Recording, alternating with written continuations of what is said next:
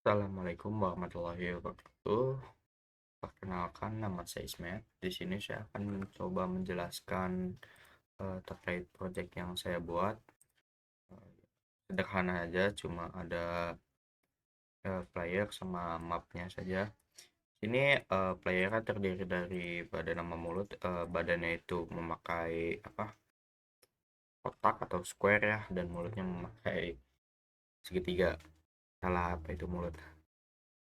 Di sini saya sudah membuat player itu ada gravitasi memakai rigid body 2D. Tapi di gravitasinya saya buat nol ya, gravity scale-nya.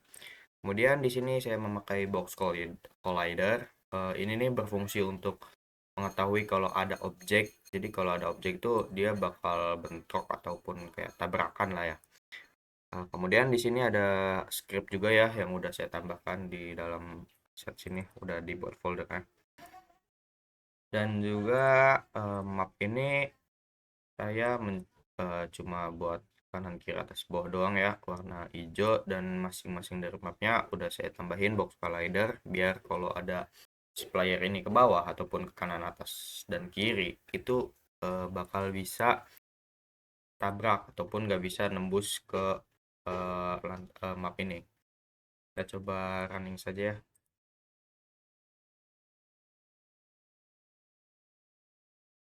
Nah, udah kelihatan.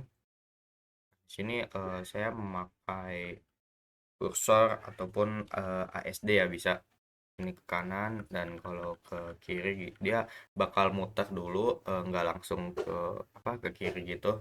Jadi saya memakai rotation speed juga, bawah ke atas. Nah, ini tadi komponen yang saya maksud, apa, box skylider. Jadi dia nggak bakal bisa tembus ya. Tuh, eh, segini saja sih projectnya. Oke, kita akan coba lihat di player. Nah, di sini ada speed sama rotation speednya. Ini saya mengatur ya, eh, di sedangkan di mana, di Visual Studio Code-nya itu sekitar 720. Ini saya coba kurangin setengahnya ya. Coba. Nah, di sini apa, scriptnya dari memakai CSharp ya. Ini ada using Unity Engine yang fungsinya itu untuk memanggil ataupun mengimpor pustaka dari Unity dan API-nya juga. Kemudian ada public class move. Nah, di sini public class move itu mendeklarasikan class move. Nah, kenapa sih class move? Karena saya menamakannya move.cs ataupun move.c# ya. Dan jadi dipanggilnya class move. Kalau misalnya saya kelasnya berbeda, itu tidak bakal bisa kepanggil gitu karena kelasnya yang dipanggil berbeda. Nah, mono behavior ini digunakan sebagai komponen pada game object di Unity sendiri. Kemudian ada ada public float speed. Nah, tadi kan eh, ada ya di mana, di Unity-nya, di public ya. Jadi kalau misalnya public itu kita bakal bisa lihat juga di UI Unity-nya kalau itu bisa, dan juga bisa dirubah ya dari Unity-nya itu sendiri. Sedangkan kalau private itu tidak bakal bisa dirubah di UI Unity-nya tersebut. Kalau kalau private ya.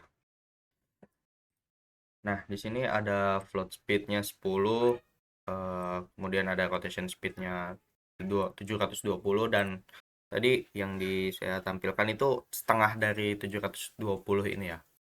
Mencoba gitu. Kemudian ada private rigid body, itu untuk komponen fisika dari rigid body sendiri ataupun apa, gravitasi ya. Kemudian ada private move X sama move Y ya. Ini untuk mendeklarasikan input arah keyboard horizontal maupun vertikal. Kemudian ada vektor 2 move dir untuk menyimpan arah gabungan. Jadi misalnya saya kanan sama bawah gitu, itu bisa jadi vektor 2D. Kemudian ada di sini ada void start, RB get komponen. Itu untuk mengambil komponen dari get body yang menempel pada game object dan menyimpannya sebagai di variabel RB pun get body. Kemudian ada void update di sini di fungsi dari void update itu sendiri. Jadi si dalam dalam void update ini bakal dipanggil terus-menerus secara setiap frame karena untuk menangani input dari pemain. Kemudian ada move X sama move Y ya. Di sini tuh kita bakal nginput player ya. Inputan player itu horizontal tuh A sama D ataupun panah kiri kanan. Hasilnya bakal min 1, 0 ataupun 1 ya. Karena itu memakai X juga. Kemudian ada vertikal tuh W sama S, kemudian ada panahnya tuh atas dan bawah ya. Di sini panahnya atas dan bawah. Kemudian ada move dir itu membuat vektor arah dari input horizontal dan vertikal. Kemudian ada plot target ini.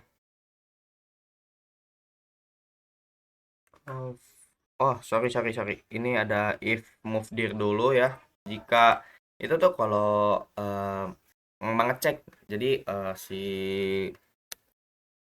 input ini atau sorry dari void update ini, kalau dia ngecek tuh apakah ada input dari pemain atau tidak. Kalau tidak kan bakal diam ya. Kemudian ada plot target angle, itu menghitung sudut arah gerakan dalam derajat ya berdasarkan move dir. Jadi move dir-nya kan tadi udah di sini ya. Ada move dir eh inputan dari pemain.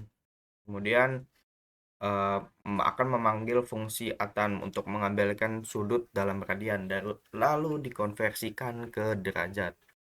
Kemudian ada quaternion target rotation, akan membuat rotasi target berdasarkan target angle hanya pada sumbu Z karena ini 2D ya. Kemudian ada transform rotation, ini memutar karakter secara halus menuju gerakan menggunakan rotate toward. Kecepatan rotasi ditentukan oleh rotation speed yang tadi. Kemudian ada void fixed up, itu dipanggil dalam interval tetap dan cocok untuk logika fisika seperti rigid body.